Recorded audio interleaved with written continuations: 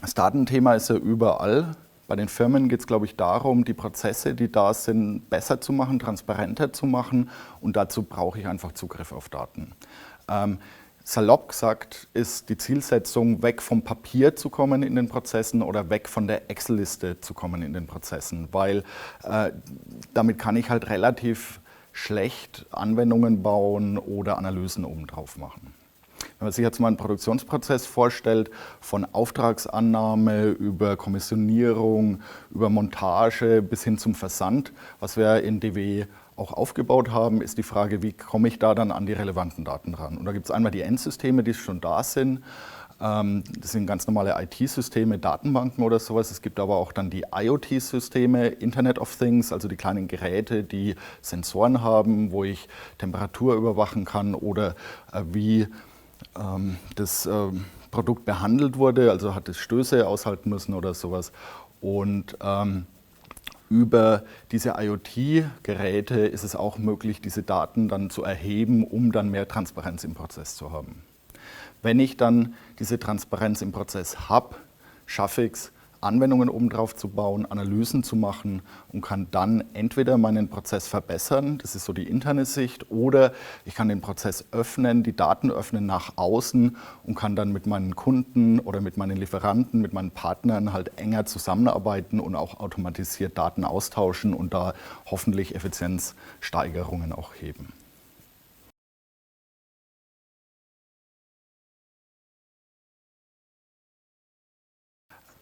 Unternehmen haben ja Daten und die sind auch oftmals verfügbar, vielleicht nicht so einfach verfügbar, wie man sich das gerne vorstellt, wie man das gerne hätte. Die Frage ist eher, wenn ich diese Daten habe, wie kann ich die so auszeichnen, wie kann ich die so aufbereiten, dass diese Daten auch verständlich sind, auch für Leute, die jetzt dann nicht tief in dem Thema drinstecken oder die diese Daten selber editieren. Also ich muss versuchen, diese Daten so zu beschreiben, dass sie verständlich sind, auch ohne zusätzliche Informationen.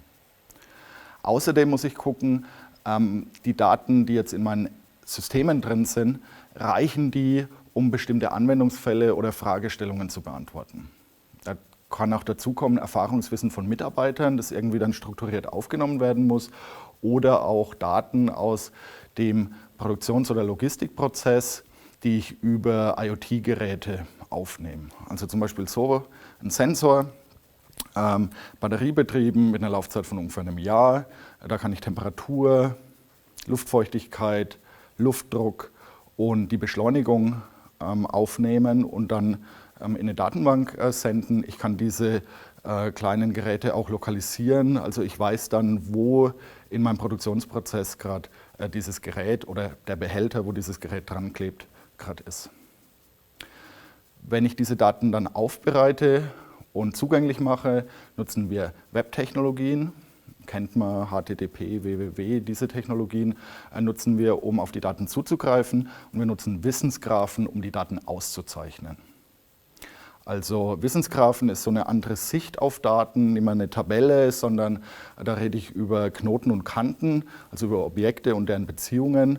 Und mit dieser Datenbeschreibung oder Datenauszeichnung über Wissensgraphen schaffe ich es halt, diese Daten portabel zu machen, über Systemgrenzen hinweg und auch verständlich zu machen. Das heißt, ich kriege einfach einen Graph, kann mir den angucken und kann dann verstehen, worum es denn da eigentlich geht bei diesen Daten. Und diese Grundlagentechnologien setzen wir mit unseren Firmenpartnern um, wenn ein Unternehmen für einen Anwendungsfall die Daten so aufbereitet hat, ist es relativ einfach und schnell möglich, da flexibel darauf zuzugreifen und dann Analysen zu machen oder neue Anwendungen obendrauf zu bauen.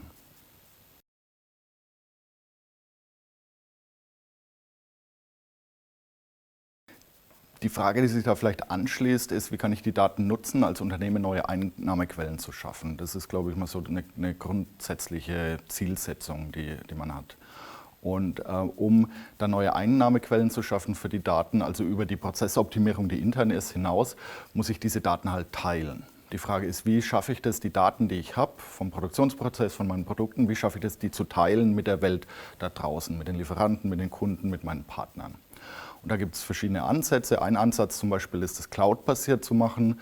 Ich baue eine Plattform auf, die irgendwo in der Cloud lebt und schiebe da meine Daten rein und gebe dann meinen externen Partnern Zugriff auf diese Cloud. Da haben wir Expertise aufgebaut, um KMUs und auch größeren Unternehmen zu helfen, diese Cloud-Plattform auszuwählen. Es gibt da 1600 Anbieter im Markt und die Frage ist, was ist denn der richtige Anbieter?